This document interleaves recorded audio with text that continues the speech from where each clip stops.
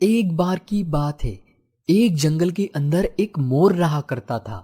وہ مور بہت ہی زیادہ چالاک اور گھمنڈی تھا۔ مور کی برابر میں ایک کبوتر رہا کرتا تھا جو کہ اس کا دوست تھا۔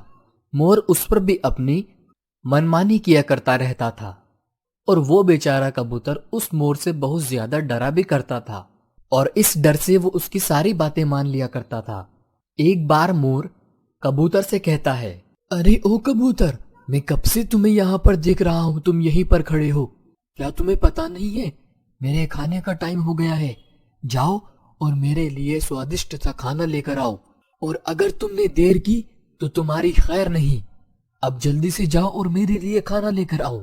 ارے مور جی، ابھی مجھے معاف کر دیجئے، ابھی تو بارش کا موسم ہو رہا ہے، میں یہاں سے باہر نہیں جا سکتا ہوں، میں پوری طرح سے بھیگ جاؤں گا اور کھانا بھی بھیگ جائے گا، جیسے ہی بارش رکتی ہے میں آپ کے لیے کھانا لے کر آؤں گا۔ ارے تمہاری اتنی ہمت کہ میرے سامنے زبان لڑا رہے ہو، جاؤ ابھی جاؤ اور ابھی میرے لیے کھانا لے کر آؤ، اگر تمہیں اپنی جان پیاری ہے۔ کیا تم بھول گئے ہو میں اس جنگل کا راجا ہوں اور تمہیں راجا کی ساری باتیں ماننی چاہیے۔ جی مور جی، مجھے معاف کر دیجئے، مجھ سے غلطی ہو گئی، میں ابھی آپ کے لیے کچھ کھانے کو لے کر آتا ہوں، آپ یہیں رکیے۔ مور اور کبوتر وہاں کھڑے ہوئے باتیں کر ہی رہے ہوتے ہیں کہ وہاں پر دو چڑیائیں آ کر بیٹھ جاتی ہیں اور ان کو دیکھ کر مور بولنے لگتا ہے، ارے تم دونوں کون ہو اور یہاں میرے علاقے میں کیا کر رہی ہو؟ میرے علاقے سے تمہارا کیا مطلب ہے؟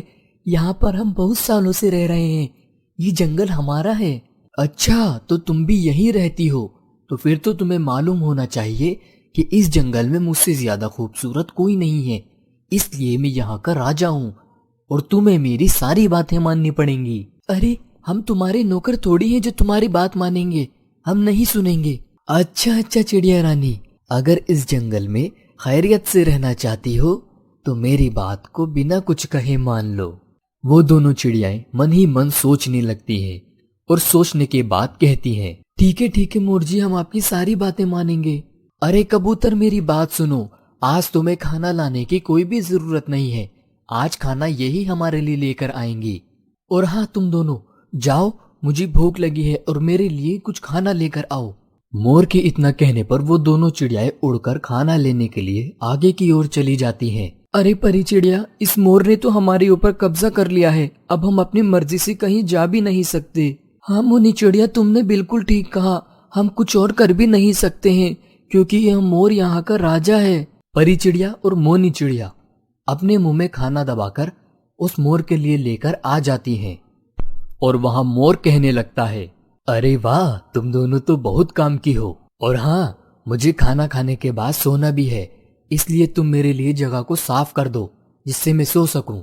بیچاری دونوں چڑیاؤں پر وہ مور اپنا حکم چلاتا رہتا اور وہ بیچاری سنتی رہتی، اور وہاں آ کر ان سے کبوتر کہنے لگتا ہے، ارے تم سے ابھی تک اتنی جگہ بھی صاف نہیں ہوئی، جلدی اس کو صاف کرو، نہیں تو مور جی سے کہہ کر تمہیں مار کھلواؤں گا۔ وہ ان دونوں سے اتنا بول ہی رہا تھا کہ سامنے سے ایک آؤل اڑ کر آتا ہے اور ان دونوں کے پاس آ کر بیٹھ جاتا ہے، اور وہ آؤل ان چڑیا سے کہتا ہے، ارے پری چڑیا اور مونی چڑیا، یہاں پر یہ سب تم کیا کر رہی ہو؟